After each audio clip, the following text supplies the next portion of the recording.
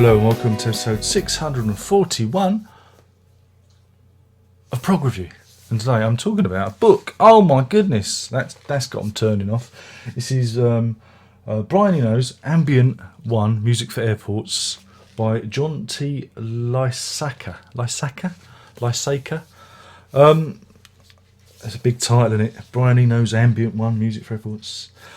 And this came out, well, I can't remember, I think it came out before Christmas, but I've been waiting for the hardback to arrive for a long time. This is out on the Oxford University Press. Don't buy the hardback because it's expensive. I just did it because it was meant to be a Christmas present for me. Like I said, I ordered it way back in, well, before December I think it was. And it took an absolute age. Oh hello, every time I do a video, Hannah comes up for a fuss now. Takes all sorts, but there is a paperback edition out there available for you, which I will of course link to in my Amazon store. So everything I talk about, you can find an easy link to it. And if you get it, I get an Amazon micro penny, which helps me buy more records and stuff.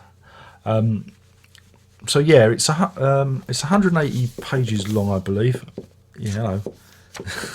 Yeah, you won't get down. I think it's 180 pages. Yeah, roughly. I think the paperback might be. And it is it's one of those intellectual books. It's an educational book, really. It's for people who are studying music. It's not for the likes of us. It's not for us regular people.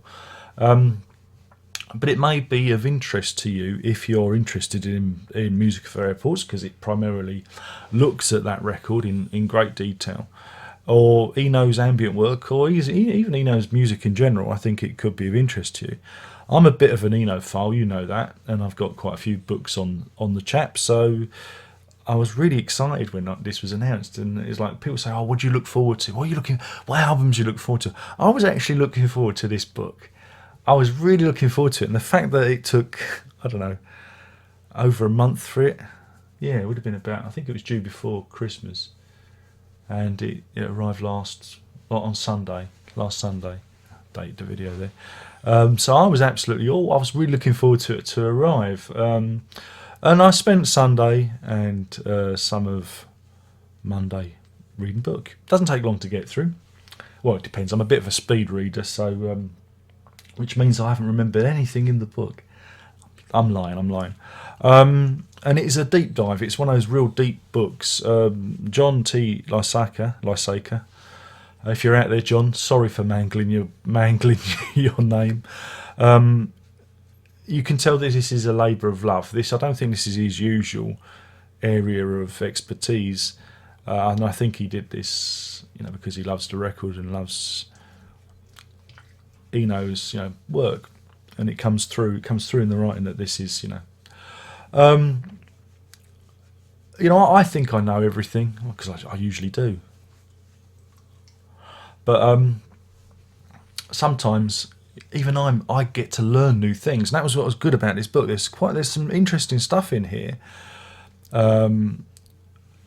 relating to music that can be seen as ambient music. Like, ambient music has got a long history. It didn't start with Eno, and it didn't start with the experimental musicians in the 50s and the 60s. It goes back even further than that, and Lysaker mentions this. He looks at the historical timeline of what can be seen as ambient music. Again, fan of Eric Satie, and even he did something called Music for Furniture, which was meant to be part of a play. There was a play put on, and in the interval, various musicians were meant to play the furniture, but the audience weren't meant to take any notice. It was just meant to kind of happen, bit of performance art. But instead, the audience started sitting and listening to the music for the furniture, music for furniture, and it was Satie regarded it as a failure, because you weren't meant to listen to it. It was meant to just meant to be there in the background, in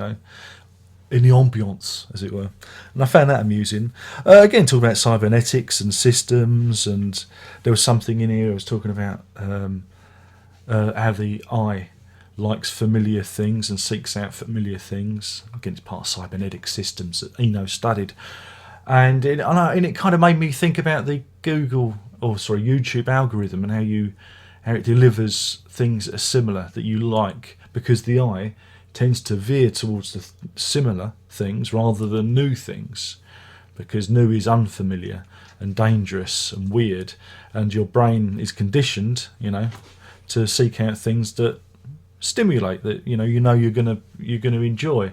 And I thought, wow, that totally relates to what we see on AI with the Google algorithm and search engines and things like that. And that was quite interesting. There's lots of things in it to get you thinking. That's what I really liked about the book, is there's lots of new things in there for you to appreciate, and it got me thinking about lots of stuff.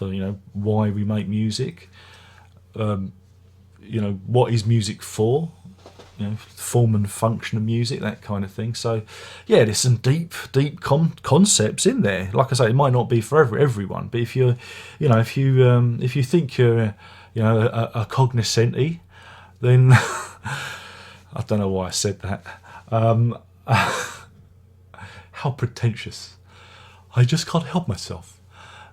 You might want to look at this book, and it is so hard to I'm developing new skills here. I am fussing the dog and trying to keep my brain on track with this book thing. I want to just drift off. My focus again talks about focus, about being focused on the music or focused on other things while the music is playing. So that is actually this is kind of relates to the book, what I'm doing here.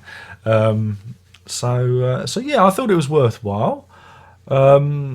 So yeah, that was good. What didn't I like about it? I had a few issues. And again, this isn't a slight on Mr. Lysaker, whatever his name is, Mr. L.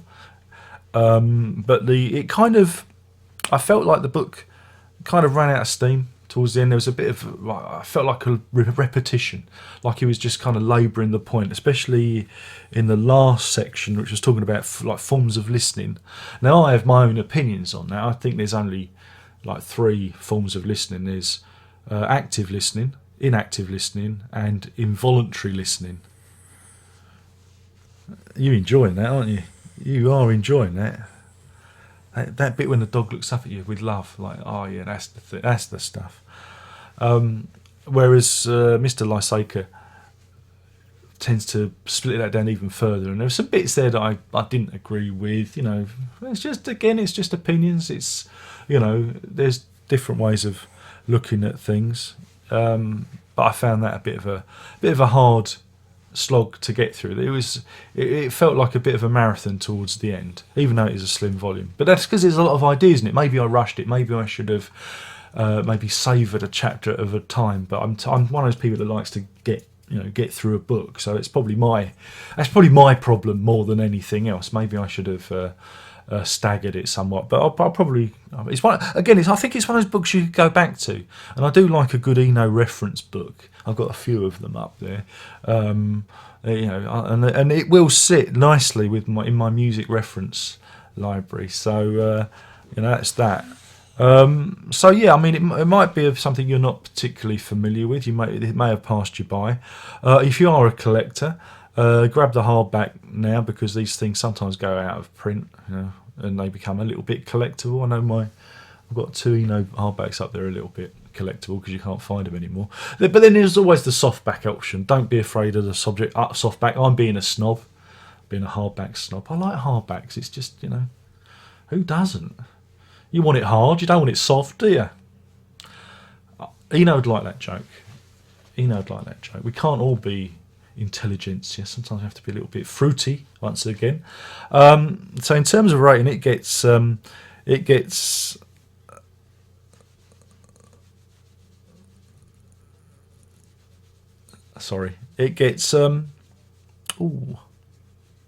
going to give it 4 2/1s out of 5. That's 4 2/1s out of 5. That's a reference to Music for Airports, isn't it? Yeah? Oh, I'm good. Anyway, thank you for watching. I know it's not what you normally expect. I know it's a book, and Prog fans, I don't know, do Prog fans read? They probably read sci-fi, don't they, Doctor Who novels. I don't know. But will they read this? I think you should give it a go.